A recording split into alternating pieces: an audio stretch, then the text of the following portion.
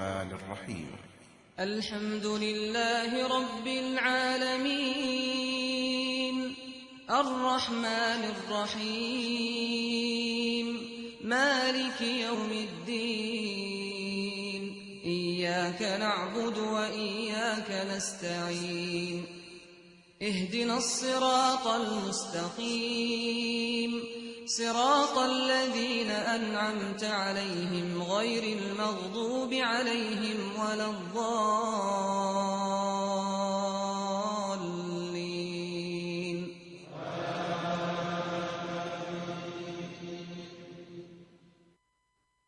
بسم الله الرحمن الرحيم ألف لام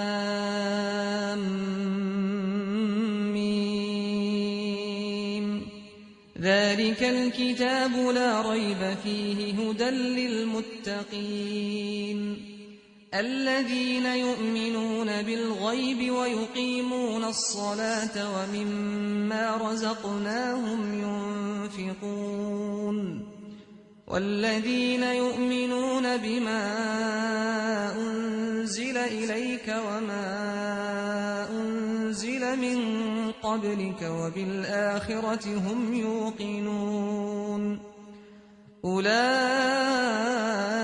على هدى من ربهم وأولئك هم المفلحون إن الذين كفروا سواء عليهم أأنذرتهم أم لم تنذرهم لا يؤمنون. الحمد لله وكفى والصلاة والسلام على أشرف المرسلين الذي اصطفى وعلى آله وأصحابه ومن والاه. Nous louons Allah le Très-Haut, le Très Miséricordieux, le Tout-Puissant, le Créateur suprême, qui nous a permis de jeûner ce mois de Ramadan. Nous l'avons commencé dans les bonnes conditions et nous demandons à Allah, le Seigneur des mondes, de nous donner des moyens, la capacité, la santé et des conditions favorables pour le terminer dans les bonnes conditions.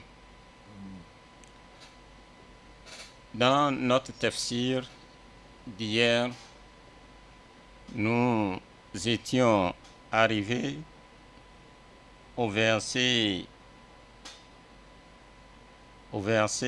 33 où nous avons parlé de la création de notre aïeul, notre grand-père Adam, et la grâce que Allah lui a faite. Et nous avons fait sortir de cette grâce les valeurs de la science. Aujourd'hui, nous allons continuer le tafsir, mais avant de le continuer, nous allons faire un petit résumé de ce que nous avons vu hier. أعوذ بالله من الشيطان الرجيم بسم الله الرحمن الرحيم قال يا آدم أنبئهم بأسمائهم فلما أنبأهم بأسمائهم قال ألم أقل لكم إني أعلم غيب السماوات والأرض وأعلم ما تبدون وما كنتم تكتمون وإذ قلنا للملائكة اسجدوا لآدم فسجدوا إلا إبليس أبى واستكبر وكان من الكافرين. Allah subhanahu wa ta'ala informe le bien-aimé, le prophète Muhammad sallallahu alayhi wa sallam, de la création de Adam et de ce qui s'est passé entre Adam et les anges et lui-même Allah à propos de la création de Adam. Mais les anges n'ont pas voulu. Ils n'ont pas voulu. Le motif pour lequel ils n'ont pas voulu, ils l'ont caché dans leur cœur. Et Allah connaît ce que contiennent les cœurs. Mais Allah leur a dit de le laisser faire, car en tant que Seigneur, il connaît ce que les anges ne connaissent pas. Alors, la création de Adam a été faite et nous l'avons décrite hier. Ensuite, Allah a enseigné à Adam des connaissances que les anges ne possèdent pas. Et Allah a demandé aux anges de leur dire les noms de ces objets, mais les anges ont dit qu'ils ne connaissent pas. C'est ainsi que Allah a recommandé à Adam alayhi salam de leur informer des noms de chaque objet et de leur utilité chacun. Donc Allah subhanahu wa ta'ala, dans sa recommandation à Adam, il dit Qala ya Adam ambihum bi asma'ihim falamma ambahum bi asma'ihim qala alam aqul lakum inni a'lamu ghayba as-samawati wal ard wa a'lam ma tubduna ma kuntum taktumun. Alors, il revient à Adam d'exécuter l'ordre d'Allah. Et il prend chaque objet, il donne son nom et son utilité. Et quand il a fini, Allah s'est adressé aux anges que ne vous ai-je pas dit auparavant que je connais tout ce qui est caché dans les cieux et dans les terres. Et je connais ce que vous divulguez et ce que vous cachez dans votre cœur. Ils cachaient quoi dans leur cœur? Ils se disaient qu'ils sont les grands connaisseurs, les grands adorateurs d'Allah, et il n'y a pas plus meilleur qu'eux parmi les créatures. Ça, ils l'ont caché dans leur cœur. Mais ils disaient à Allah que vas-tu encore créer sur terre des gens qui vont commettre des dégâts alors que nous sommes là en train de t'adorer. Et ce que nous allons tirer de là est la grâce que Allah a faite à Adam. Quelle est cette grâce? La science. Et c'est ça qui fait la supériorité de Adam sur toutes les créatures. Cette science, c'est laquelle? Les noms des objets et leur utilité. Allah a donné ça à Adam. Et à travers cette science et cette connaissance de Adam, Adam a pris le devant des anges. Adam a pris le devant des anges. Donc la connaissance, c'est quelque chose. La connaissance est importante. La connaissance dépasse l'acte. La connaissance est meilleure. Même Dieu, si on ne le connaît pas, on ne peut pas l'adorer. On ne peut pas du tout l'adorer.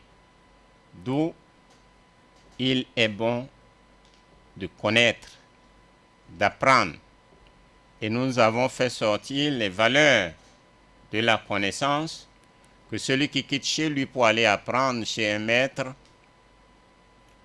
il est protégé par les ailes des anges. Les anges étalent leurs ailes au-dessus de lui pour l'accompagner. Et toutefois qu'il est là-bas en train d'apprendre, on lui inscrit qu'il est en train d'adorer Allah.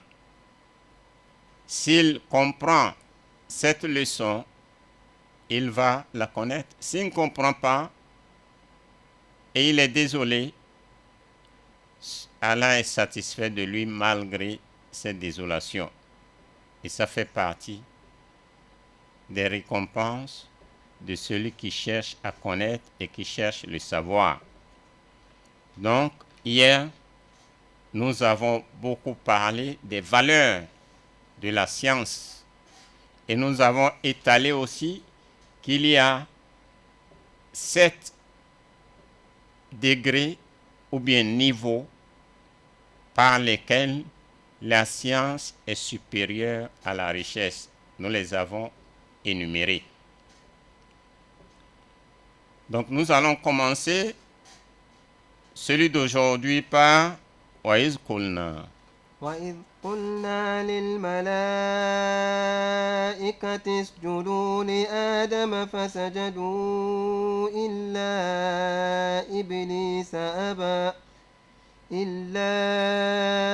إبليس أبى واستكبر وكان من الكافرين.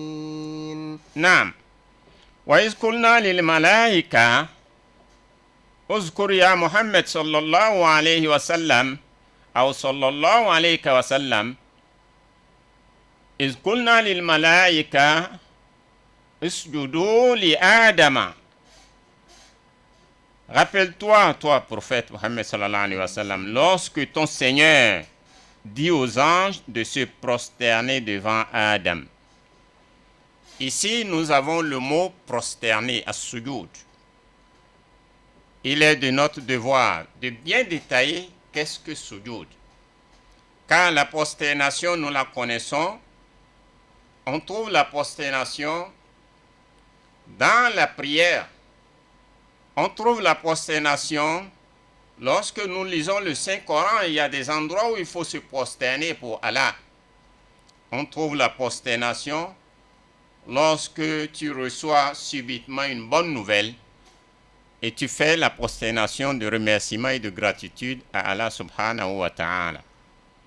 Mais ce verset nous intéresse beaucoup lorsque Allah dit « Rappelle-toi lorsque ton Seigneur dit aux anges de se prosterner devant Adam. » Se prosterner devant Adam, ça fait sortir notre curiosité, car nous savons très bien qu'on se prosterne pour Allah.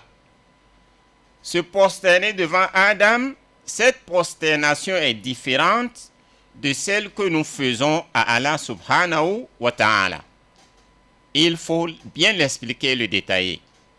Nous n'avons pas le droit de nous prosterner à autre chose en dehors d'Allah subhanahu wa ta'ala. Mais ici, Allah recommande aux anges de se prosterner à Adam subhanahu wa ta'ala. Cette prosternation, hiya sujudu tahiyya. Cette prosternation est une prosternation de salutation. Ce n'est pas une prosternation d'adoration.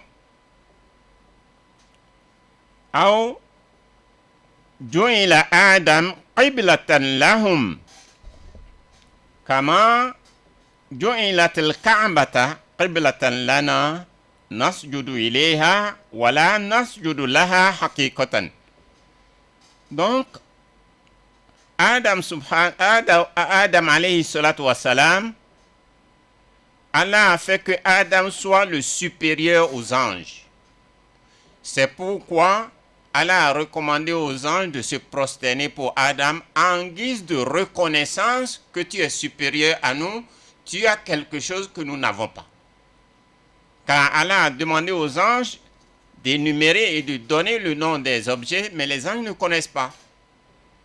Et c'est Adam qui a été leur maître qui les a enseignés. Donc, prosternez-vous pour lui en guise de reconnaissance, en guise de salutation que tu es notre chef. Elle est différente de la prosternation d'Allah. Même la prosternation d'Allah, nous la faisons devant la Kaaba. Partout sur terre, notre devanture, c'est la Kaaba. Vivant, notre devanture, c'est la Kaaba. Mort, notre devanture, c'est la Kaaba. Car si on va enterrer le cadavre, on l'enterre face à la Kaaba. En dormant aussi dans nos chambres, nous disposons nos lits face à la Kaaba. Et en priant, nous faisons face à la Kaaba. Cela ne veut pas dire que nous nous prosternons pour la Kaaba. Nous nous prosternons pour Allah, mais pas pour la Kaaba. Allah a recommandé aux anges ici de se prosterner pour Adam alayhi salatu wassalam, pas pour l'adorer, mais pour le saluer et lui faire hommage que tu es notre chef. Tu as quelque chose que nous n'avons pas. Donc, c'est ça la prosternation pour Adam. Naam. Wa ala kulli halin, hadha sujud li ghayri Allahi tabaraka wa ta'ala mansur. Sachons que toute prosternation à autre chose en dehors d'Allah, c'est interdit. C'est interdit. Donc la prosternation que les anges ont fait pour Adam, c'est pas la prosternation d'adoration, c'est la prosternation de salutation. Donc, lorsque Allah leur a recommandé, qu'est-ce qu'ils ont fait? Fasajadu illa iblisa aba. Alors, ils ont exécuté ce que Allah leur a recommandé. Ils se sont prosternés tous. Ils se sont prosternés tous, excepté Iblis qui, par orgueil, refusa et choisit le camp des mécréants. Fakana minal kafirin. Donc, ici dans ce verset, il y a un nom qui est apparu, Iblis. Illa Iblis aba. Car si nous répétons ce verset, وَإِذْ قُلْنَا لِلْمَلَائِكَةِ اسْجُدُوا لِآدَمَ فَسَجَدُوا إِلَّا إِبْلِيسَ أَبَى وَاسْتَكْبَرَ وَكَانَ مِنَ الْكَافِرِينَ. Naam. Dans ce verset, le verset 34, nous avons le nom de Adam. Adam, nous l'avons expliqué comment il a été créé, qui est Adam, que représente Adam pour nous. Mais nous avons le deuxième nom, qui est un nouveau nom ici. Illa Iblis aba. Sauf Iblis, lui, il a refusé d'exécuter l'ordre divin, l'ordre d'Allah. Alors, force est d'expliquer, de détailler, de nous décrire qui est ce Iblis qui a osé refuser l'ordre que Allah lui a donné. Alors, pour l'expliquer, Iblis, c'est un djinn. C'est un djinn. Mais il a vécu parmi les anges. Et qu'est-ce qu'il a fait pour vivre parmi les anges? Non seulement il a vécu parmi les anges, il est devenu le chef suprême des anges. Kana abudan muqarraban. Iblis est quelqu'un qui est un serviteur d'Allah, un adorateur d'Allah, très très proche d'Allah subhanahu wa ta'ala. Et le surnom qu'on lui a donné à travers cet effort, c'est Anzazilu. Il s'appelle Anzazilu, un nom honorable, un nom de respect, un nom qu'on doit attribuer à quelqu'un qui a fourni plus d'efforts en notre faveur. Donc, Iblis avant la création de Adam, il a beaucoup adoré Allah jusqu'au point où il est le plus rapproché de toutes les créatures d'Allah subhanahu wa ta'ala. Iblis, il n'y a pas une petite portion sur terre où Iblis n'a pas posé son front pour adorer Allah subhanahu wa ta'ala. Regardez le globe et la terre. Regardez l'étendue de la terre. Regardez la vasteté de la terre. Iblis s'est prosterné pour Allah jusqu'au point où il n'y a pas une place où il n'a pas posé son front. Et il l'a fait pendant 1000 ans. 1000 ans. Wakana Hazinul Jannah. Il était le gardien du paradis. Iblis a été le gardien du paradis Arba'ina al-Fasana pendant 40 000 ans. Il a été le gardien du paradis pendant 40 000 ans. وإذ قلنا للملائكة اسجدوا لآدم فسجدوا إلا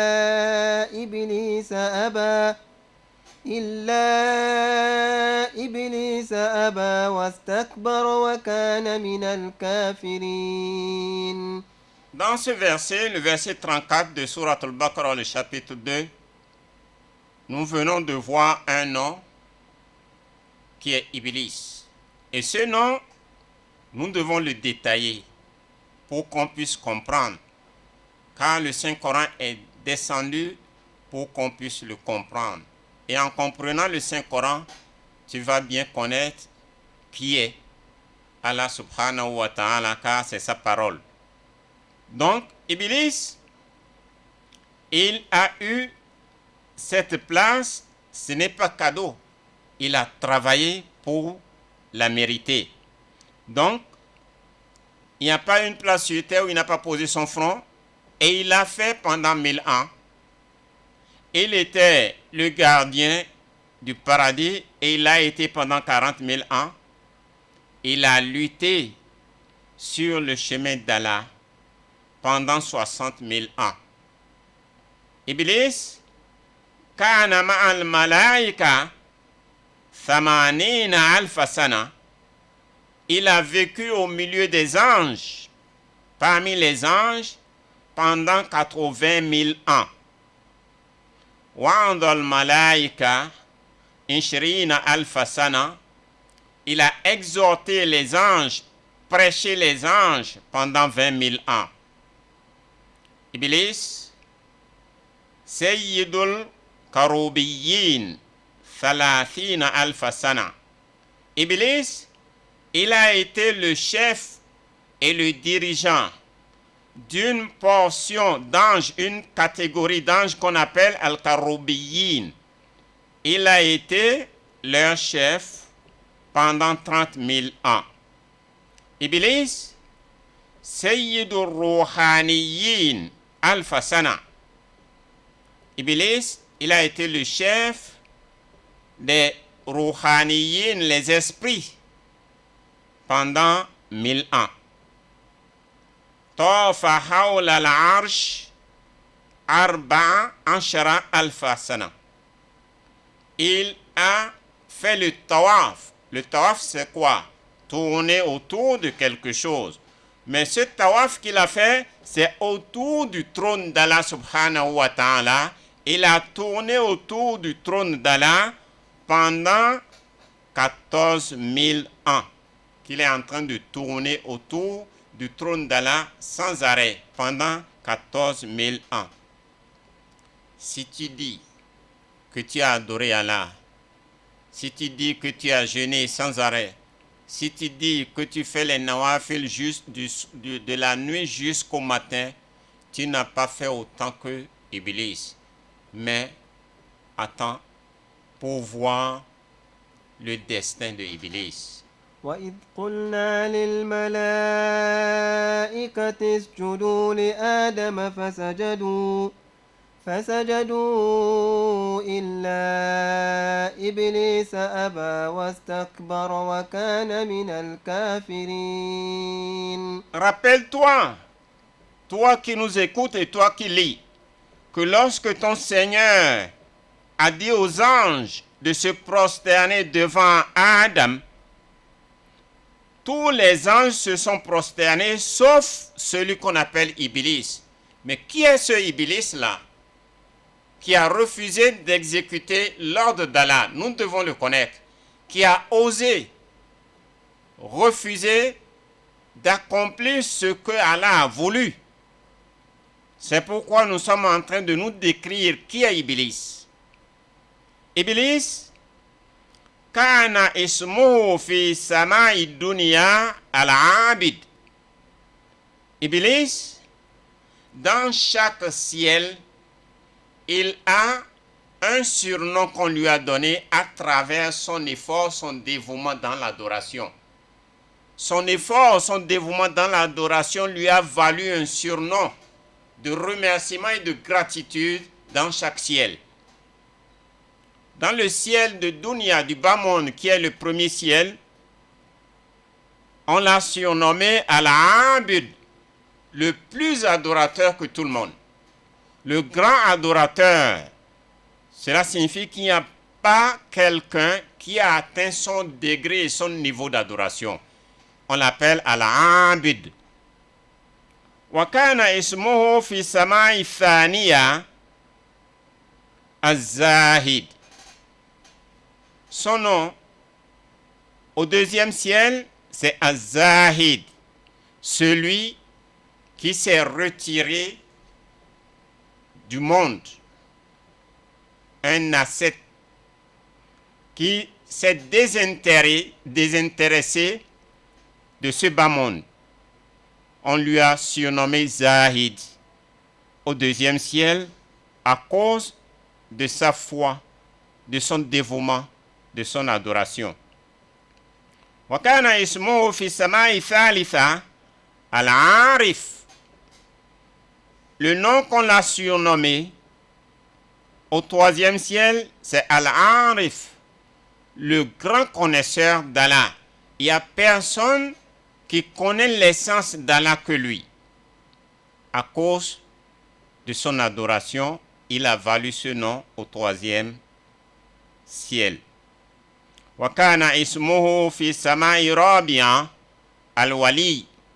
Son nom au quatrième ciel a été l'allié d'Allah, c'est-à-dire le plus rapproché d'Allah, à cause de son dévouement, son adoration. Wa kana ismuhu fi sama'il khamisa at-Taqi. Et son nom qu'on lui a donné au cinquième ciel, at-Taqi, le grand pieux, le plus pieux de tous les pieux, c'est-à-dire le superlatif de toutes choses. Wa kana ismuhu fi sama'i sadisa al-Khazin. Et au sixième ciel, on l'a nommé l'intendant, le gardien. Wa kana ismuhu fi sama'i sabi'a. Au septième ciel, on l'a nommé Anzazilu. Anzazilu. Il a atteint le niveau supérieur d'obéissance, d'adoration, de soumission, de la piété. Donc, Iblis a été une créature qui a atteint le niveau que personne parmi toutes les créatures n'a encore atteint. وإذ قلنا للملائكة اسجدوا لآدم فسجدوا إلا إبليس أبى واستكبر وكان من الكافرين. Naam. Donc, toujours dans ce verset 34 du deuxième chapitre Surat al-Baqarah, ce nouveau nom que nous venons de voir, Iblis, nous devons le décrire parce qu'il a refusé. Et ce qui ne s'est jamais produit avant lui, ni avant les anges, ni dans le monde, Iblis ce jour-là l'a fait. Illa Iblis aba, sauf Iblis qui a refusé de se prosterner à Adam alayhi salam. Il a refusé et il a choisi le camp des mécréants. Donc, quelqu'un qui a adoré Allah subhanahu wa ta'ala jusqu'à ce point où nous n'avons pas encore vu quelqu'un qui a atteint son degré d'adoration et un jour, il refuse d'accomplir l'ordre d'Allah, Allah qui l'a créé et qui a créé Adam. Il a refusé d'accomplir ce que Allah lui a refusé, ce que Allah lui a recommandé, alors c'est curieux. Mais nous allons voir la suite. وقلنا يا آدم اسكن أنت وزوجك الجنة وكلا منها رغدا حيث شئتما ولا تقربا هذه الشجرة فتكونا من الظالمين. نعم. وقلنا يا آدم أسكن أنت وزوجك الجنة وكلا منها رغدا حيث شئتما ولا تقربا هذه الشجرة فتكونا من الظالمين. Nous dîmes alors, c'est-à-dire Allah s'adresse à Adam. Ô Adam, résidez, toi et ton épouse, dans les jardins du paradis et nourrissez-vous en paix de ces délices là où vous voudrez. Mais n'approchez pas cet arbre pour ne pas être des transgresseurs. Alors, Adam, alayhi salam, qu'est-ce qui l'a amené à ne pas exécuter l'ordre d'Allah? Par haine, par jalousie. Et cette haine était avec lui depuis que Allah avait créé Adam. Car quand Allah a créé Adam, il l'a créé avec la terre mélangée à l'eau. La forme de Adam, c'est une forme humaine. On a la tête, le tronc et les 4 membres. Et cette forme n'existait auparavant.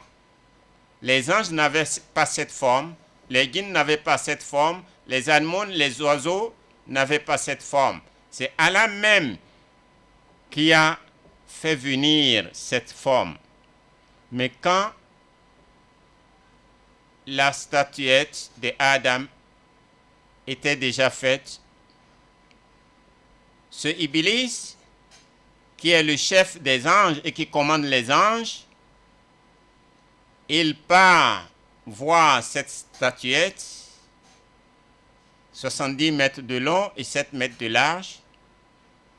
Il touche, il rentre dans sa bouche, il sort par le bas. Alors, il a déjà la haine de cette future créature. Mais il s'adressait à ses élèves, ses anges, en leur disant que ce que notre Seigneur est en train de fabriquer là, si la chose a plus de valeur plus que moi, je veux lui nuire et le détruire. Mais si cette chose, j'ai plus de grandeur et je la commande, je vais la détruire. Et qu'est-ce que les anges disaient? Les anges n'étaient pas contents car ils voyaient que c'est une désobéissance au Seigneur. Alors les anges se désolidarisaient. Ils disaient qu'ils sont là pour exécuter l'ordre de leur Seigneur. Ils sont là pour obéir. Et ils sont prêts à obéir à tout ce que leur Seigneur leur recommande de faire. Donc, lorsque nous disons à Adam de rester dans le paradis, et lui et son épouse, c'est Hawa. Et comment son épouse a apparu dans le paradis? Adam était seul. Il était solitaire. Mais un jour, il a dormi. Et quand il s'est réveillé, il a vu une créature féminine à côté de lui. Dans son sommeil, Allah a pris une côte de son côté gauche et la plus petite et la plus tordue des côtes. L'os du bas de ces côtes, c'est ça que Allah a pris pour créer une femme. Et quand Adam s'est réveillé, il a vu Hawa à côté de lui et il lui a posé la question: qui es-tu? Comment es-tu venu ici? Et Hawa lui dit que c'est ton Seigneur qui m'a créé à partir de l'une de tes côtes. Donc c'est là où Hawa l'a secondé pour être son épouse dans le paradis. C'est pourquoi nous avons ici وَقُلْنَا يَا آدَمْ وقلنا يا آدم اسكن أنت وزوجك الجنة وكلا منها رغدا حيث شئتما ولا تقربا هذه الشجرة فتكونا من الظالمين. Donc, Allah subhanahu wa ta'ala a recommandé à Adam et son épouse d'habiter dans le paradis, de manger comme ils veulent, mais il y a une interdiction pour eux dans ce paradis. Iblis, il a choisi le camp adverse après avoir passé tout ce temps à adorer Allah et après avoir eu des privilèges qui lui ont valu le chef des anges. Et quand Allah a recommandé aux anges de se prosterner pour Adam, les anges ont exécuté, mais lui, il a refusé. Et qu'est-ce qui s'est passé le jour-là? Le jour où les anges se sont prosternés pour Adam. Il y a une seule prosternation. Une seule prosternation, il n'y a pas deux. Et la règle est qu'on doit faire une seule prosternation. Les anges se sont prosternés pendant la moitié d'un jour.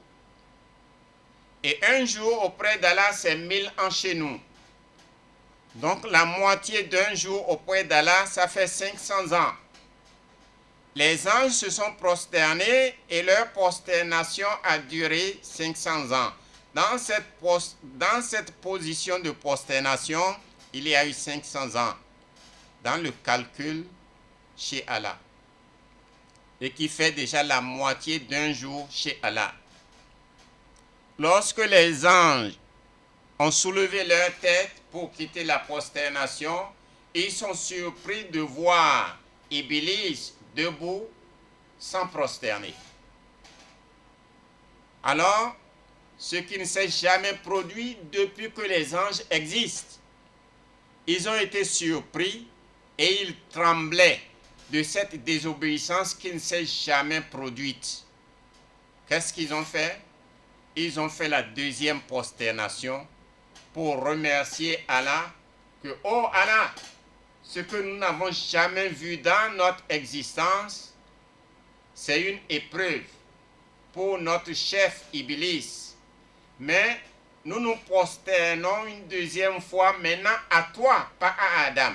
Maintenant à toi pour te remercier que nous ne faisons pas partie de cette épreuve. C'est ça la deuxième prosternation. C'est pourquoi dans chaque raka, vous allez voir un ruku, une genuflexion et deux prosternations. Il y a un ruku dans chaque raka et deux sujoud dans chaque raka. Si nous nous posons la question, mais pourquoi un ruku et pourquoi deux sujoud au lieu de un sujoud? Ce qui a valu le deuxième sujoud, c'est ce qui s'est passé le jour où Allah a recommandé aux anges de se prosterner pour Adam. Les anges ont exécuté, mais Iblis a refusé d'exécuter. Et ces anges-là, dans leur sujoud, ils ont passé une demi-journée qui fait 500 ans auprès d'Allah. Et quand ils ont soulevé la tête, ils ont vu Iblis debout qui n'a pas exécuté l'ordre d'Allah. Ça les a fait peur. Ils tremblaient même, car ils n'ont jamais vu ça. Ils se sont prosternés une deuxième fois pour remercier Allah que eux ils sont sauvés de cette épreuve-là. Ils ne font pas partie de cette épreuve. C'est ça qui a été introduit dans nos rakas, où quand on fait un raka, on a un ruku. Quand on fait un raka, nous avons un ruku et deux sujoud. وإذ قلنا للملائكة اسجدوا لآدم فسجدوا إلا إبليس أبى واستكبر وكان من الكافرين. Donc, كان الركوع واحد وسجود واحد لأن المعبود واحد ولكن الثانية شكر لله تبارك وتعالى. Donc, le deuxième sujoud que les anges ont fait le jour-là, ils l'ont fait pour remercier Allah que eux ils ne font pas partie des désobéissants. Car Allah subhanahu wa ta'ala, il est unique. Donc le ruku c'est unique. Et le sujoud aussi, c'était unique. Mais à partir de ce jour-là, le sujoud est devenu deux. Et c'est ça qui a été introduit dans notre raka. وقلنا يا آدم اسكن أنت وزوجك الجنة وكلا منها رغدا حيث شئتما ولا تقربا هذه الشجرة فتكونا من الظالمين. Et depuis ce jour-là, depuis ce jour que Iblis a désobéi à Allah et il a choisi le camp des pervers et des mécréants, il a été démis de sa fonction. Quelle est sa fonction? Le dirigeant et le chef des anges. Le dirigeant et le chef des anges. On a banni tous les noms honorables qu'on lui avait donnés. Il est devenu Shaitan, celui qui a été maudit, celui qui a été banni de la miséricorde d'Allah subhanahu wa ta'ala.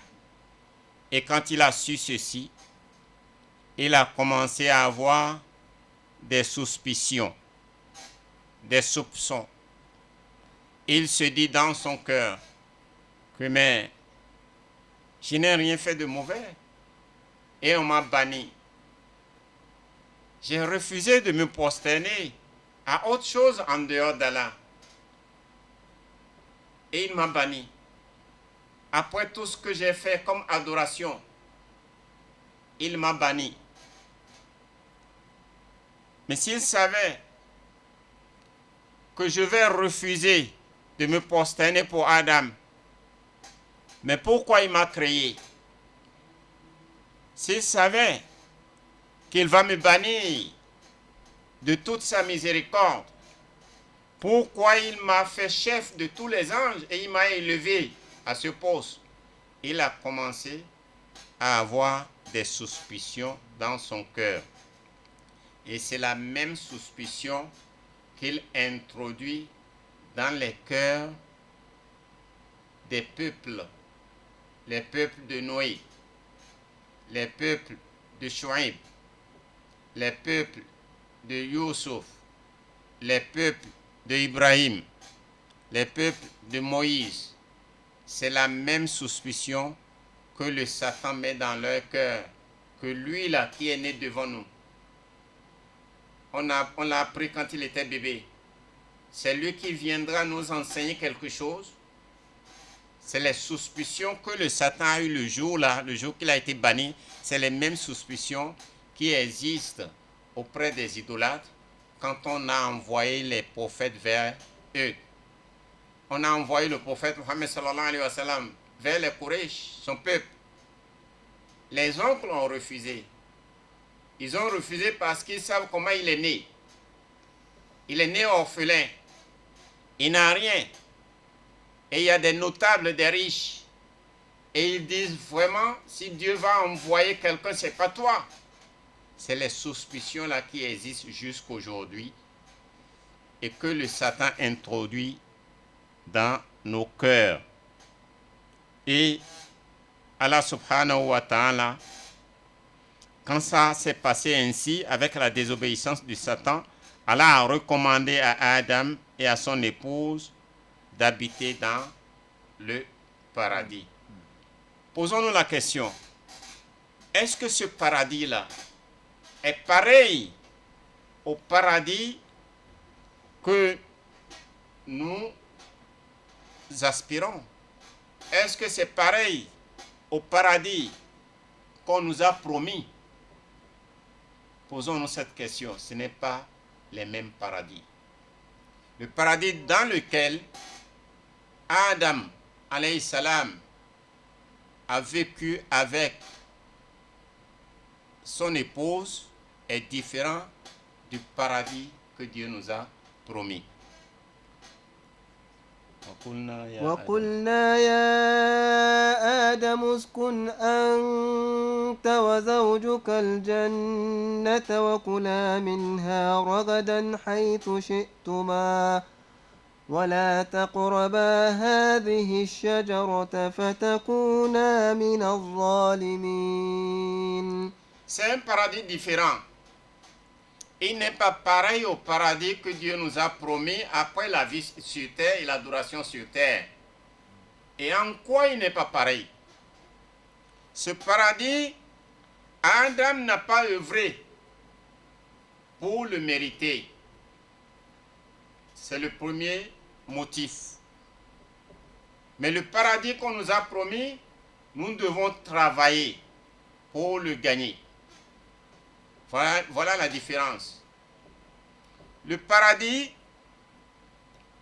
de Adam est différent du paradis qu'on nous a promis parce que le paradis de Adam, c'est un paradis d'épreuve. Mais le paradis qu'on nous a promis, c'est un paradis de récompense. Voilà la différence. Le paradis de Adam, c'est un paradis où le Satan a pu accéder pour rentrer dedans.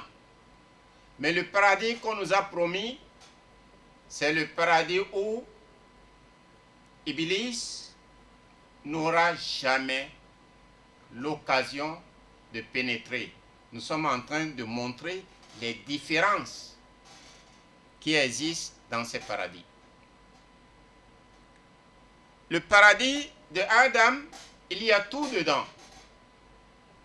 Et dans ce paradis, Adam, alayhi salam, n'a jamais vu sa nudité. Il a tout dans ce paradis. Iblis, la'natullahi alayhi, il est notre ennemi juré. Il est notre ennemi juré. Car jusqu'aujourd'hui, il ne reconnaît pas son tort. Il se dit qu'il est toujours dans son droit d'avoir désobéi à Allah subhanahu wa ta'ala en refusant de se prosterner à Adam alayhi salam. وإذ قلنا وقلنا يا آدم اسكن أنت وزوجك الجنة وكلا منها رغدا حيث شئتما ولا تقربا هذه الشجرة فتكونا من الظالمين. Donc Iblis, il se dit qu'il est toujours dans son droit. Il a toujours cette haine envers Adam. Pour le montrer, le prophète Moïse, alayhi salam, un jour il est en train de partir sur le mont Sinaï pour aller rencontrer Allah subhanahu wa ta'ala. Il a croisé Iblis. Il a appelé, oh Iblis, je veux te demander un service. Tu vas demander à Allah de me pardonner mes péchés. C'est tout ce que je te demande. Et le prophète Moussa, alayhi salam, lui a promis. Quand le prophète Moussa est arrivé sur le mont Sinaï, le prophète Moussa, dans son entretien avec Allah, il a oublié la requête de Iblis. Et Dieu lui a dit, mais Iblis, le Satan, ne t'a pas confié une requête pour moi. Et Moussa, alayhi salam, te répond, oh Allah, j'ai oublié. Et Allah lui a dit, je sais que tu as oublié. Car si tu l'avais fait exprès, disant que tu veux prendre ma part pour te venger de Iblis, j'allais te punir. Car ce qui est entre Iblis et moi ne te regarde pas.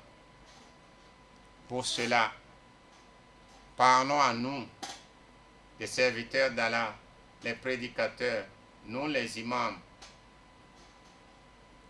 Notre message, c'est de transmettre et de s'arrêter là. Parler avec la bonne parole et de sagesse, une sagesse. Mais si quelqu'un ne t'écoute pas, il ne faut pas t'en prendre à lui. Si quelqu'un désobéit à Allah, il ne désobéit pas à toi. Il ne faut pas le prendre comme ennemi. Il est ennemi d'Allah, non ton ennemi. Donc, nous devons nous aimer les uns les autres. Même si la personne ne partage pas la même religion, la même confession que toi, tu as le droit de l'aimer, d'être à son service. Car chacun de nous a Dieu en lui. Quand tu le respectes, c'est Dieu que tu respectes, ce n'est pas lui. Tu peux avoir tout dans ce bas monde. Tu as le droit de respecter celui qui est inférieur à toi. Que le riche respecte le pauvre. Et que le pauvre aussi respecte le riche. Car Dieu a dit, si tu prenais ma part et faire semblant d'oublier, ne pas transmettre la requête du Satan, j'allais m'en prendre à toi. Et le prophète Moussa alayhi salam a dit, oh Allah, je ne l'ai pas fait exprès. Allah a dit, je connais que tu n'as pas fait exprès. Mais cette requête-là va dire à celui qui t'a envoyé, le Satan qui t'a envoyé, va lui dire que chez moi, la yubaddalul qawlu ladayya, la parole ne change pas chez moi. Je lui ai recommandé l'autre jour d'aller se prosterner devant Adam. Dis-lui d'aller vite, s'il veut mon pardon, d'aller vite se prosterner sur la tombe de Adam. Là, je vais le pardonner, je vais effacer toutes ses fautes, je vais lui redonner tout ce que je lui ai donné, et même plus. Alors, quand le prophète Moussa est sorti de là, il est venu voir le Satan, et le Satan lui a demandé quelle est la réponse. Et Moussa alayhi salam lui a dit que Dieu te recommande d'aller te prosterner sur la tombe de Adam, que la parole ne change pas chez lui. Qu'est-ce que le Satan a dit? Il a dit, moi, je suis meilleur que lui. J'ai eu beaucoup de privilèges que lui n'a pas eu. Lui, il a été créé du sable, mais moi, j'ai été créé du feu. Et le feu est meilleur que le sable. Pas à moi de me prosterner devant lui. Et il s'en est allé. Cela montre que il n'est pas toujours prêt à exécuter l'ordre d'Allah subhanahu wa ta'ala. Et il est aussi dit que le Satan, toutes les 120 000 années, chaque 120 000 ans, l'ange Malik, qui est gardien de l'enfer, va prendre le Satan. Il va l'amener à la porte du paradis. Et on va demander à Adam de sortir. Et l'ange va dire au Satan de se prosterner pour Adam. S'il se prosterne tout de suite pour Adam, il va entrer dans le paradis. De même, le Satan va refuser. Il a dit qu'il préfère retourner dans l'enfer que de se prosterner pour Adam. Cela nous revient à dire que, quel qu'en soit ce que tu pourras être, tu as le droit d'obéir à Dieu et d'obéir à tes supérieurs toutefois que ces derniers obéissent à Allah. Donc, وَقُلْنَا يَا آدَمْ وقلنا يا آدم اسكن أنت وزوجك الجنة وكلا منها رغدا حيث شئتما ولا تقربا هذه الشجرة فتكونا من الظالمين. Donc nous avons recommandé, ô toi Adam, va habiter dans le paradis avec ton épouse, mangez comme vous voulez, habitez comme vous voulez, restez là-bas comme vous voulez, mais ne vous approchez pas du fruit de cet arbre-là. Si vous vous approchez de ce fruit-là, vous allez être parmi les transgresseurs. Et qu'est-ce qui s'est passé après? فأزلهما الشيطان عنها فأخرجهما مما كانا فيه وقلنا اهبطوا بعضكم لبعض عدو ولكم في الأرض مستقر ومتاع إلى حين. فأزلهما الشيطان عنها فأخرجهما مما كانا فيه. Ils furent déviés par Satan qui les délogea de là où ils étaient. Nous dîmes alors, descendez de là, vous serez ennemis les uns des autres. Vous avez sur terre un lieu de séjour et de jouissance pour un temps déterminé. Ce verset, nous devons le détailler. فأزلهما الشيطان عنها فأخرجهما مما كانا فيه وقلنا اهبطوا بعضكم لبعض عدو ولكم في الأرض مستقر ومتاع إلى حين. Donc Allah nous dit فَأَزَلَّهُمَا الشَّيْطَانُ عَنْهَا. Ils furent déviés par Satan qui les délogea de là où ils étaient. C'est le paradis. Le Satan a été maudit, il a été chassé. Il n'a plus accès au paradis. Mais on nous dit ici qu'ils furent déviés par Satan qui les délogea de là où ils étaient. Quelqu'un qui n'est pas dans le paradis, comment il a pu déloger les habitants du paradis? Pour cela, nous devons les détailler. Le Satan n'a plus accès au paradis de Adam. Et dans ce paradis, il a été interdit à Adam et à son épouse de manger le fruit d'un arbre bien désigné, qu'ils connaissent. Alors, qu'est-ce qui s'est passé? Dans le paradis, il y a un serpent. Un serpent qui a 4 signes, 4 points à la tête. Certains ont dit que c'est des traces blanches. C'est un gros serpent. Ce qui s'est passé, le Satan s'est mis devant la porte du paradis, là où habitaient Adam et son épouse. Il a crié avec toutes ses forces et le serpent est sorti. Alors il a supplié ce serpent-là pour pouvoir loger dans son ventre. Et c'est par là qu'il a pu accéder dans le paradis. C'est par là qu'il a pu accéder dans le paradis. Et quand il est rentré dans le paradis, qu'est-ce qu'il a fait? Il est parti directement là où se trouve Hawa. Adam était absent de là. Mais c'est toujours dans le paradis, mais Adam n'était pas avec Hawa. C'est là où il est sorti de la gueule du serpent et il a commencé à parler à Hawa en disant que je suis venu ici pour un conseil. Et c'est ce qu'il avait dit au serpent, que j'ai un bon conseil que je vais aller donner aux habitants du paradis. Et il a pu convaincre le serpent pour rentrer dans sa bouche. Alors il s'est adressé à Hawa, je vous ai amené un bon conseil. Et je jure par Allah.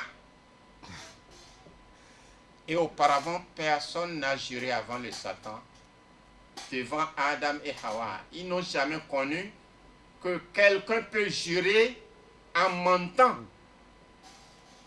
Et jurer au nom de Dieu, prononcer le nom de Dieu en mentant. Ça ne s'est jamais produit. Hawa n'a jamais connu ça. Adam n'a jamais connu ça. Il a dit, je jure par Allah que le fruit là, qu'on vous a interdit de manger, ce fruit là, si vous ne le mangez pas, vous allez, un jour, on va vous faire sortir de ce paradis.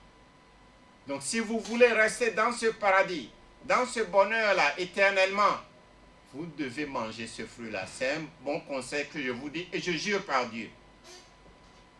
Automatiquement, Hawa a pris le fruit. Il a mangé. Il a gardé un pour lui-même. Il a gardé un pour son époux. Et quand l'époux est arrivé, il lui a transmis ce message. Et dans leur tête, ils savent que personne ne peut jurer par Allah en mentant.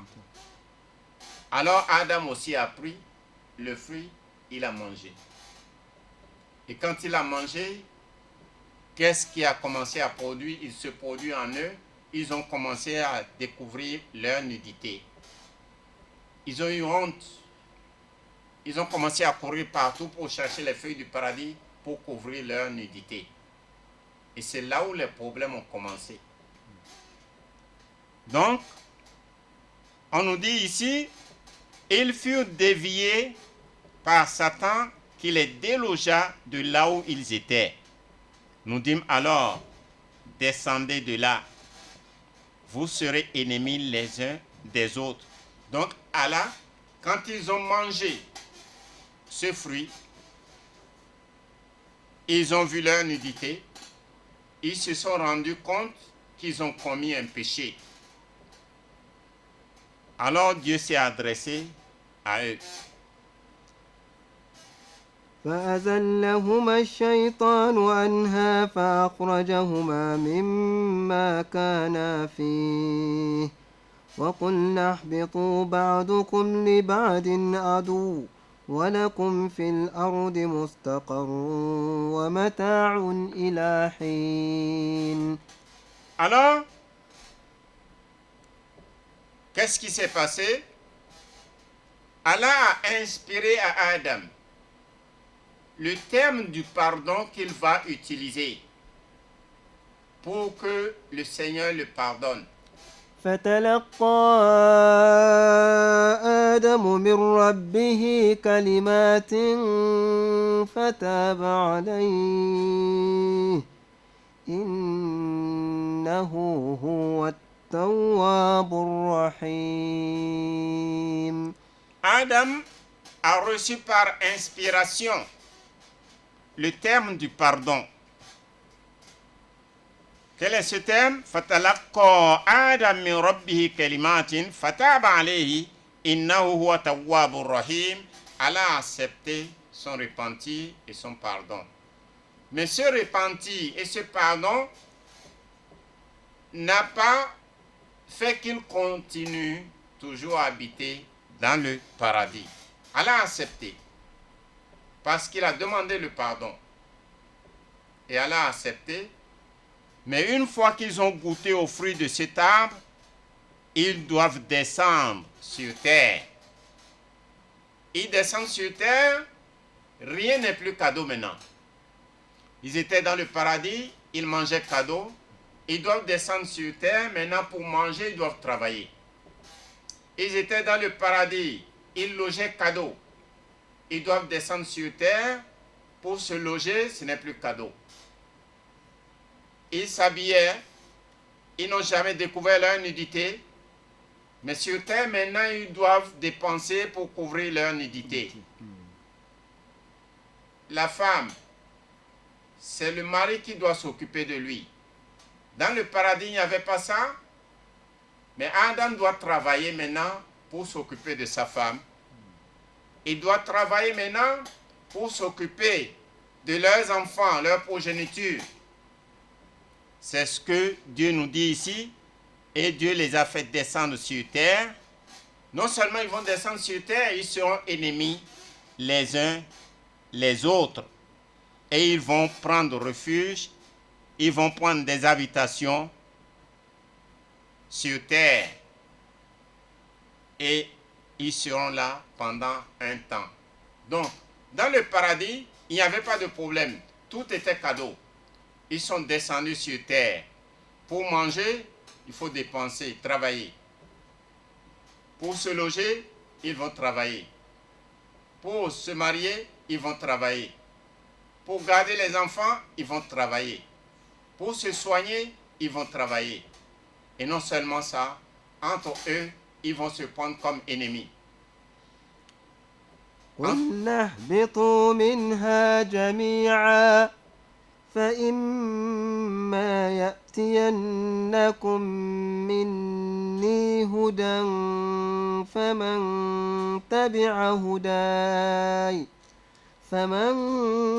تبع هداي فلا خوف عليهم ولا هم يحزنون. نعم. Allah dit قُلْنَا اهْبِطُوا مِنْهَا جَمِيعًا. Sortez de ce paradis, vous tous. فَإِمَّا يَأْتِيَنَّكُم مِّنِّي هُدًى. Sachez que la guidance viendra de ma part, vous trouvez sur terre. En plus, toutes les tracasseries là, nous travaillons tous les jours. C'est pour nous nourrir, nous loger, nous habiller et nous occuper de nos progénitures, alors qu'il n'y avait pas là-bas, ça là-bas. Et en plus de ça, sur terre, ma guidance viendra vers vous. Et ceux qui vont suivre ma guidance, ceux-là n'auront jamais de crainte. Voilà, et ils n'auront jamais de soucis. Quelles sont ces guidances-là? Allah a envoyé des prophètes et des messagers sur terre. C'est ça la guidance. Et ces messagers et ces prophètes, Allah leur a confié des paroles divines. C'est ça la guidance. Et ensuite, qu'est-ce qu'il y a encore? Le même Iblis, il est sur terre avec nous. Il n'a pas renoncé à sa promesse. Quelle promesse? Le jour que Allah l'avait fait en statue et il n'a pas commencé à respirer. Quelle est cette promesse? Il a dit qu'il va nous détruire. Il maintient toujours sa promesse. C'est pourquoi aujourd'hui, vous allez nous voir les uns ennemis des autres. C'est Iblis, le Satan, qui est à la base. Il n'a pas renoncé jamais à sa mission. Chacun de nous doit bien connaître son ennemi. Amen. والذين كفروا وكذبوا بآياتنا أولئك أصحاب النار هم فيها خالدون. نعم. والذين كفروا وكذبوا بآياتنا. نعم. Ceux qui ont mécru. Quant aux mécréants qui renient mes signes révélés, ils seront les hôtes du feu où ils demeureront éternels ou bien éternellement. Car Dieu a dit qu'on va vivre sur terre pour un temps. Notre vie sur terre, c'est conditionné à l'adoration. Le principal motif pour lequel nous vivons sur terre, nous sommes sur terre, nous sommes créés, le principal motif c'est d'adorer notre Seigneur. Tout le reste que nous faisons c'est secondaire. Ce que chacun de nous va manger au jour le jour, c'est déjà prévu par Allah subhanahu wa ta'ala. Si ce n'était pas prévu, nous avons des bébés qui mangent, qui s'habillent, et pourtant ils n'ont pas encore commencé à travailler. Si ce n'était pas prévu, nous avons des vieillards qui n'ont plus l'énergie pour travailler. Et pourtant, ils mangent, ils vivent, ils dorment, ils sont logés. Si ce n'était pas prévu, nous avons des malades. Nous avons des malades et qui ne travaillent pas, mais ils sont nourris. Mais le principal motif pour lequel nous sommes sur terre, c'est pour adorer notre Seigneur. Car le Seigneur a déjà tout prévu. Il a créé tout, les cieux et les terres, et ce qu'ils contiennent. Et tout ceci, à travers ça, Allah a dit, ne voyez-vous pas l'action d'Allah en observant ces créatures? Ou bien vous-même, en observant votre corps, les constituants de votre corps, les membres de votre corps, et comment le corps agit, réagit, et les appareils qui sont dans votre corps. Nous avons l'appareil digestif, l'appareil respiratoire, l'appareil circulatoire, l'appareil reproducteur. Tout ceci. Est-ce que nous ne voyons pas l'action d'Allah en ça? C'est suffisant pour nous, pour penser au Créateur suprême.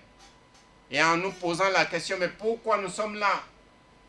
Sachons que nous sommes là pour adorer Allah subhanahu wa ta'ala. C'est pourquoi il a dit, ceux qui vont désobéir et qui vont manquer d'obéir à tous ceux que je vais envoyer pour leur transmettre mes messages, ceux-là, ils seront les hôtes du feu et ils demeureront éternels.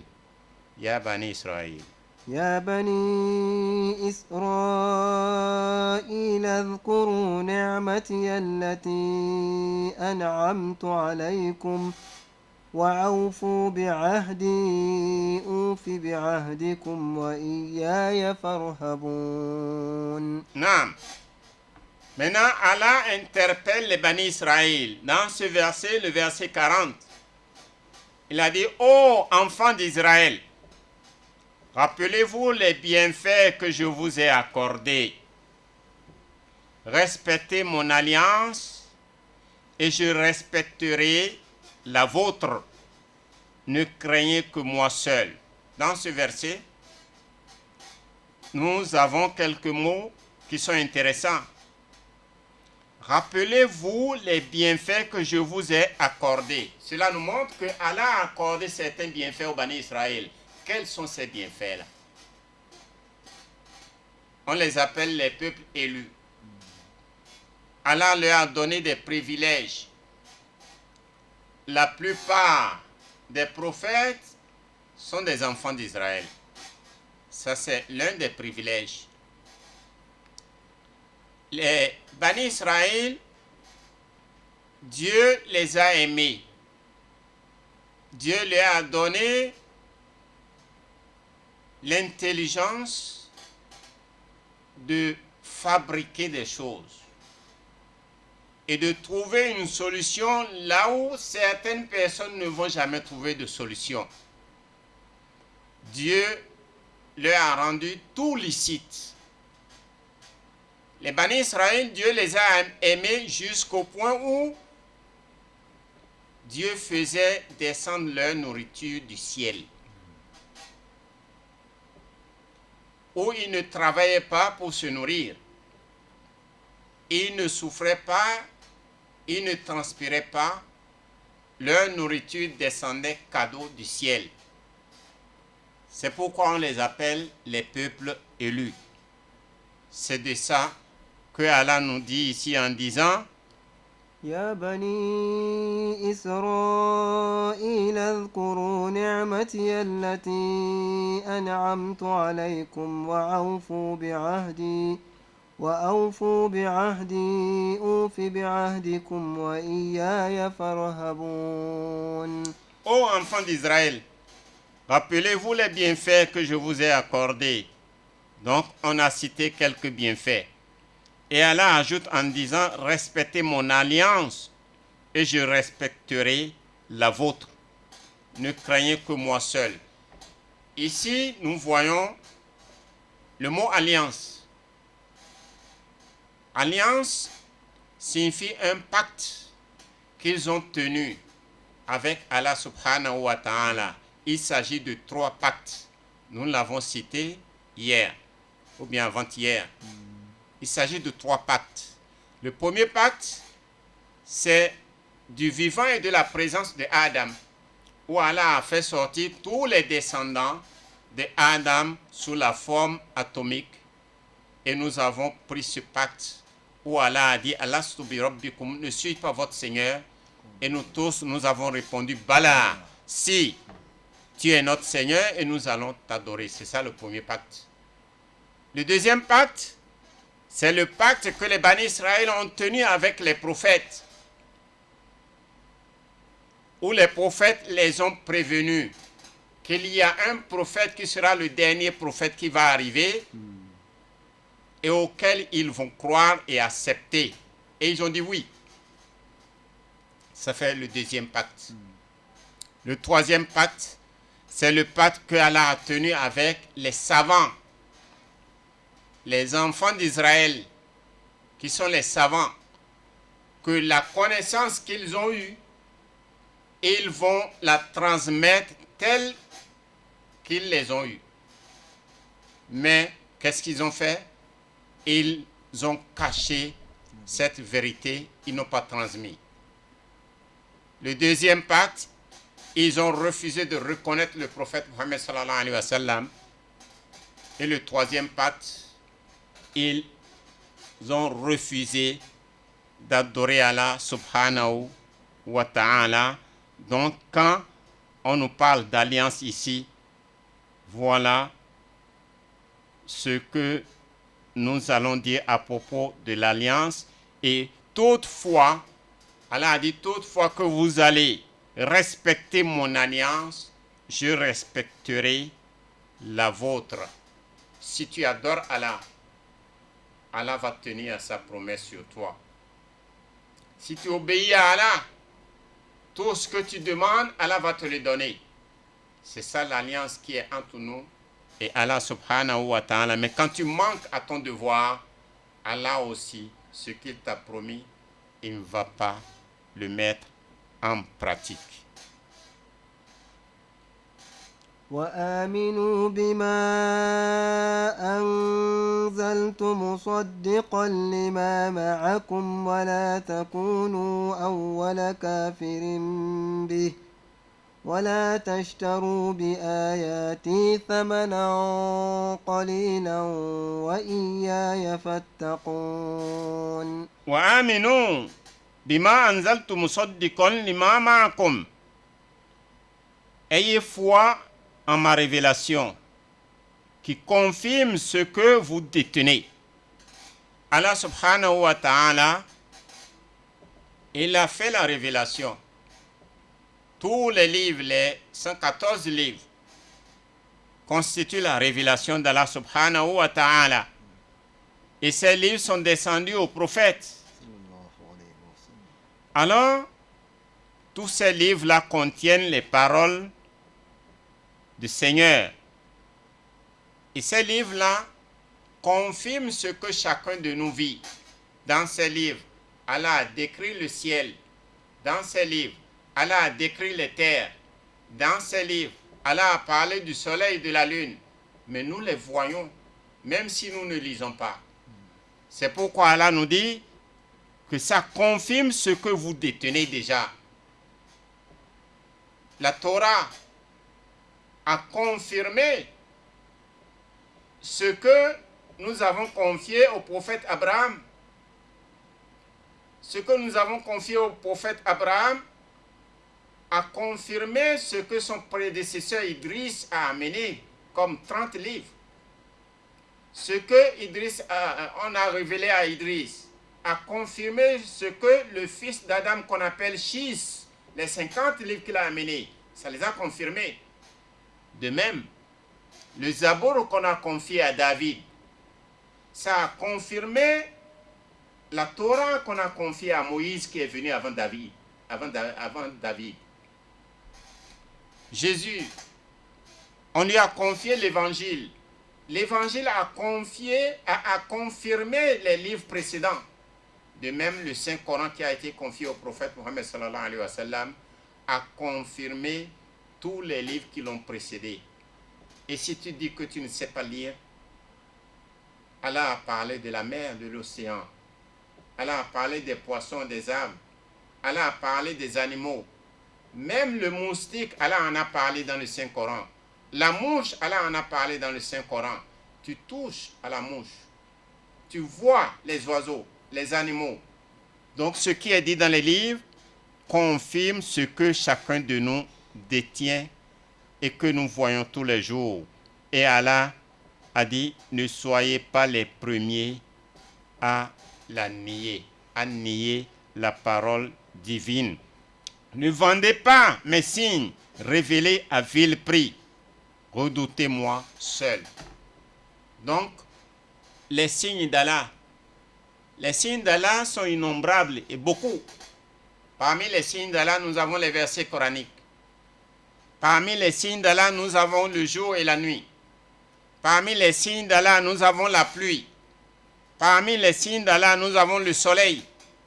Parmi les signes d'Allah, nous avons la révolution et la rotation de la terre. Parmi les signes d'Allah, nous avons nos femmes, nos mamans qui mettent au monde. Parmi les signes d'Allah, nous avons la vie et la mort. Donc, Allah subhanahu wa ta'ala, il nous dit, ne vendez pas mes signes révélés à vil prix.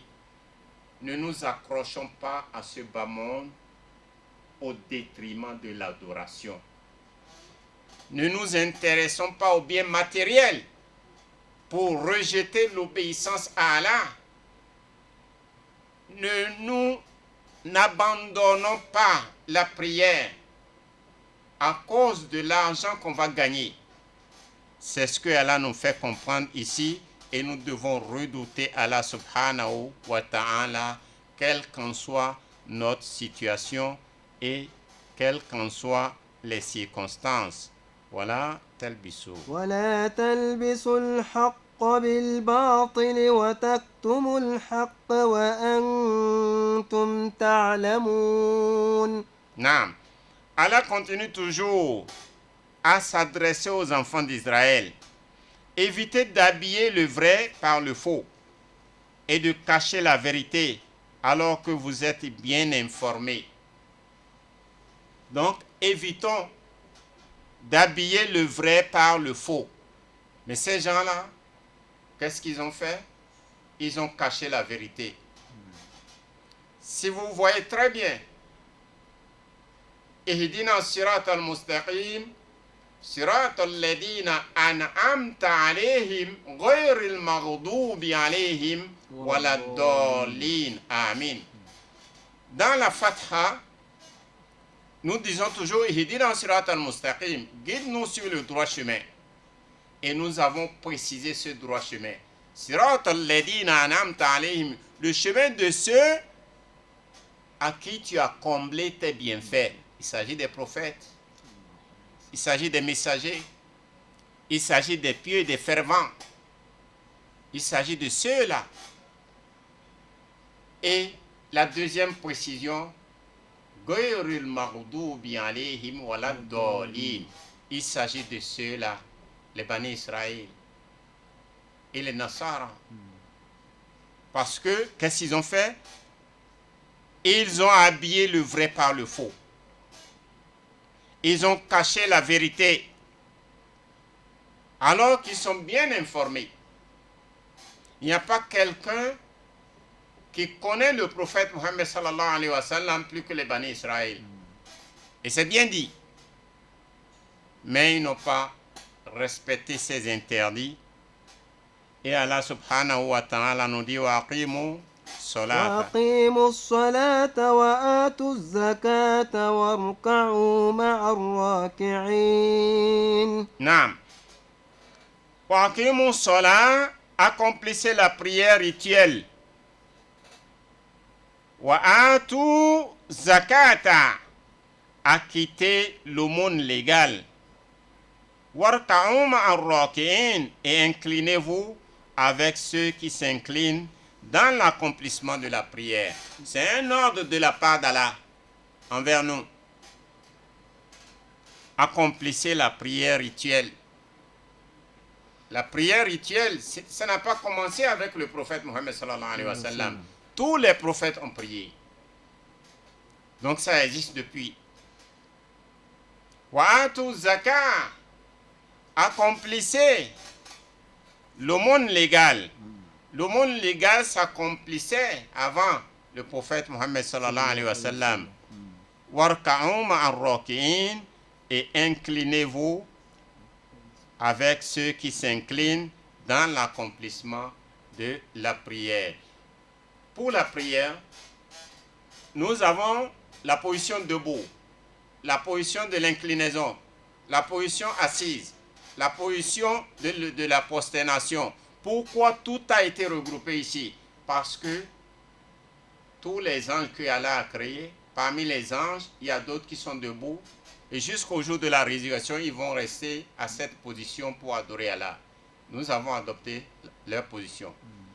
Il y a d'autres anges, eux ils sont dans l'inclinaison. Ils vont y rester jusqu'au jour de la résurrection. Allah nous a donné cette position.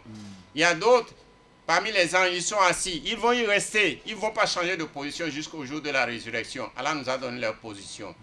Il y a d'autres, ils sont dans la prosternation, ils vont y rester jusqu'au jour de la résurrection. Allah nous a donné leur position. Donc, c'est toutes ces positions-là qui ont été regroupées dans notre prière. Donc, nous faisons ce que les anges font. Et nous dépassons leur effort. C'est pourquoi nous sommes salués par les anges. Nous sommes aimés par les anges quand nous appliquons les recommandations d'Allah subhanahu wa ta'ala. Alors, qu'est-ce que Allah nous dit à la suite? أتأمرون الناس بالبر وتنسون أنفسكم وأنتم تتلون الكتاب أفلا تعقلون. Alors, Allah subhanahu wa ta'ala leur envoie une réprimandation. Allah dit, ordonneriez-vous aux gens de faire le bien tout en oubliant vous-même de le faire, alors que vous récitez le livre. Êtes-vous donc dépourvus de raison?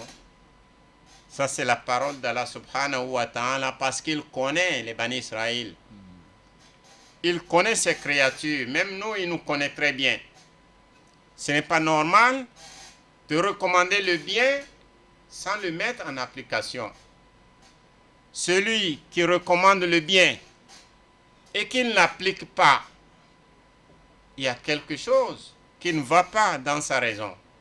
C'est pourquoi Allah subhanahu wa ta'ala, il est en train de dire, êtes-vous donc الناس بالبر وتنسون أنفسكم وأنتم تتلون الكتاب أفلا تعقلون. Allez-vous recommander aux gens de faire du bien en vous oubliant vous-même, alors que vous avez tout vu dans le Saint-Coran? Vous lisez le Saint-Coran, êtes-vous donc dépourvu de raison? Donc c'est Allah qui parle ainsi. Donc c'est Allah qui parle ainsi et nous allons obtenir une pause, Inch'Allah. وَلَهُمْ عَذَابٌ عَظِيمٌ وَمِنَ النَّاسِ مَن يَقُولُ آمَنَّا بِاللَّهِ وَبِالْيَوْمِ الْآخِرِ وَمَا هُمْ بِمُؤْمِنِينَ يُخَادِعُونَ اللَّهَ وَالَّذِينَ آمَنُوا وَمَا يَخْدَعُونَ إِلَّا أَنفُسَهُمْ وَمَا يَشْعُرُونَ في قلوبهم الحمد لله رب العالمين الرحمن الرحيم مالك يوم الدين إياك نعبد وإياك نستعين اهدنا الصراط المستقيم صراط الذين نعم. Allah subhanahu wa ta'ala nous parle à travers ce verset, le verset 44 du chapitre 2, où il nous dit أَتَأْمُرُونَ النَّاسَ بِالْبِرِّ أتأمرون الناس بالبر وتنسون أنفسكم وأنتم تتلون الكتاب أفلا تعقلون. أَتَأْمُرُونَ النَّاسَ بِالْبِرِّ Ordonneriez-vous aux gens de faire le bien? Vous êtes en train de recommander aux gens de faire le bien tout en oubliant vous-même de le faire. Ce verset s'adresse principalement à nous les prédicateurs, à nous qui sommes les religieux. Car quand tu exhortes les autres à faire du bien, sois le premier à montrer ce bien-là à ceux que tu exhortes. Car ils t'observent. Ils attendent de toi l'action. Car la connaissance d'abord, la connaissance dévance l'action. L'action suit la connaissance. Tu connais, et ce que tu connais, tu dois mettre ça en pratique. Et il y a la plupart de ces versets où Allah joint la foi à l'œuvre. Où Allah nous dit Allazina amanu wa amilu solihat.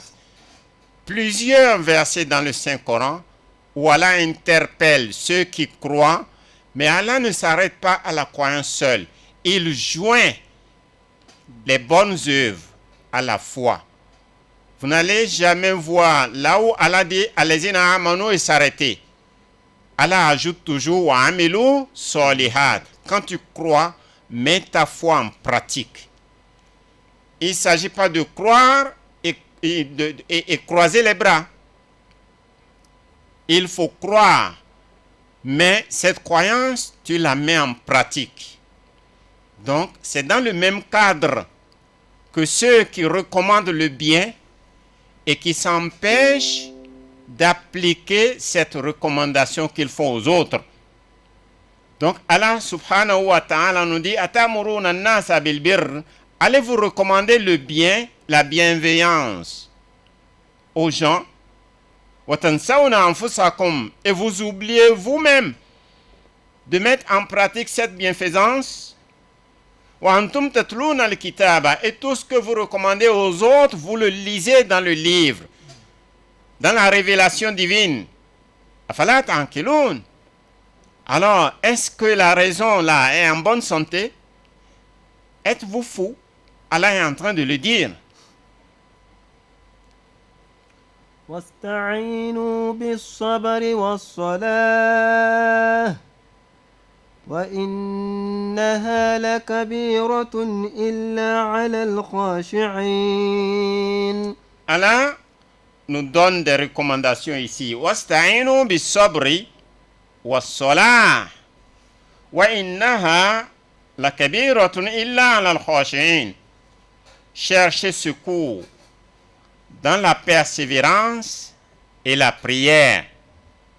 Celle-ci est certes fort pénible, sauf pour les pieux. Ici, il y a lieu de l'expliquer très bien, car nous voyons secours et nous voyons persévérance et prière. Secours, persévérance et prière. Dieu nous recommande de chercher secours dans la persévérance. La persévérance, quand on voit persévérance, on voit la patience et l'endurance. Donc, la patience, c'est une vertu. C'est quelque chose de bien. Et Allah subhanahu wa ta'ala, il a dit, Inna Allaha ma'a sabirin, que Allah est aux côtés des patients. Allah aime la patience, lui-même il est patient. Et le mot patience figure dans le Saint-Coran plus de 300 fois. Donc la patience, c'est un chemin de bien, de réussite, de tout. Et tout bien a sa récompense. Mais la récompense de la patience est infinie. Tout bien a sa récompense et qui finit. Mais le bien et la récompense de la patience est infinie. Donc, celui qui est patient, d'un jour à l'autre, il va trouver le secours qu'il cherche. Et ensuite, dans la prière, pourquoi la prière figure ici? Dans la recherche du secours. Le prophète Mohammed sallallahu alayhi wa sallam, Iza hazabahu shay'un faza' fi salat. Le prophète Mohammed sallallahu alayhi wa sallam, si quelque chose l'intrigue, si quelque chose le dérange, il plonge dans la prière. Donc la prière nous permet de trouver la solution à tout problème. Car Allah subhanahu wa ta'ala nous dit Inna salat tanha anil fahsha'i wal munkar. Les prières ont des effets sur nous. Sauf celui qui ne prie pas bien, qui ne va pas voir les fruits de la prière. Les prières empêchent de commettre la désobéissance, les turpitudes. Quand tu pries régulièrement avec la crainte, si tu avais des mauvais penchants, ça va disparaître. Donc, Allah subhanahu wa ta'ala, pour régler nos problèmes, nous avons besoin de la patience et de la prière. Les deux choses sont primordiales. Mais Allah ajoute que ces deux choses sont pénibles, sauf à ceux qui sont pieux. Donc, il faut obéir à Allah, craindre Allah, et dans ton obéissance et ta crainte, tu verras que la patience viendra et puis la prière te sera facile. Mais si tu n'es pas pieux, tu trouves la prière difficile et la patience difficile. Et celui qui n'a pas la patience, les savants disent, il est le plus pauvre des pauvres. Donc, nous allons arrêter le tafsir d'aujourd'hui ici et nous allons profiter pour faire le doigt à tous ceux qui nous ont facilité de faire ce tafsir dans les bonnes conditions. Nous demandons à Allah subhanahu wa ta'ala de donner une santé de fer à notre raïs de la communauté, son excellence, le président de la République, qu'Allah lui donne la santé, qu'Allah fortifie sa santé, qu'Allah l'assiste dans cette tâche douloureuse que Allah lui a confiée, sans oublier tous ses collaborateurs et tous ceux qui travaillent avec lui. Et ensuite, nous faisons le doigt, nous demandons la bénédiction, la santé et la grâce et l'assistance d'Allah sur notre président de la communauté, le président du Conseil supérieur des affaires islamiques du Gabon. Nous demandons que Allah l'assiste ainsi que tous ses collaborateurs et tous les membres du Conseil supérieur des affaires islamiques du Gabon. Et ensuite, nous faisons le doigt à tous nos imams, tous les imams du Gabon au complet, qu'Allah les maintienne dans leur poste, dans la bonne santé, dans la tranquillité, dans la paix, et qu'Allah les soutienne aussi, et qu'Allah continue toujours à augmenter leurs bénédictions, et que tous leurs enfants aussi soient bénis, sans oublier mon grand imam, Imam Omar Khan de la mosquée centrale, et tous les diamants de la mosquée centrale, qu'Allah les bénisse tous, qu'Allah leur fasse miséricorde, et ainsi que nous tous aussi, et que la paix règne éternellement dans tout le monde entier. Allahumma inni a'udhu bika minal khubusi wal khubusi wal khaba'is. Allahumma inni a'udhu bika minal barasi wal jununi wal juzami wa min sayyil asqam. Subhana rabbika rabbil izzati amma yasifun wa salamun ala al mursalin walhamdulillahi rabbil alamin. ولا الضالين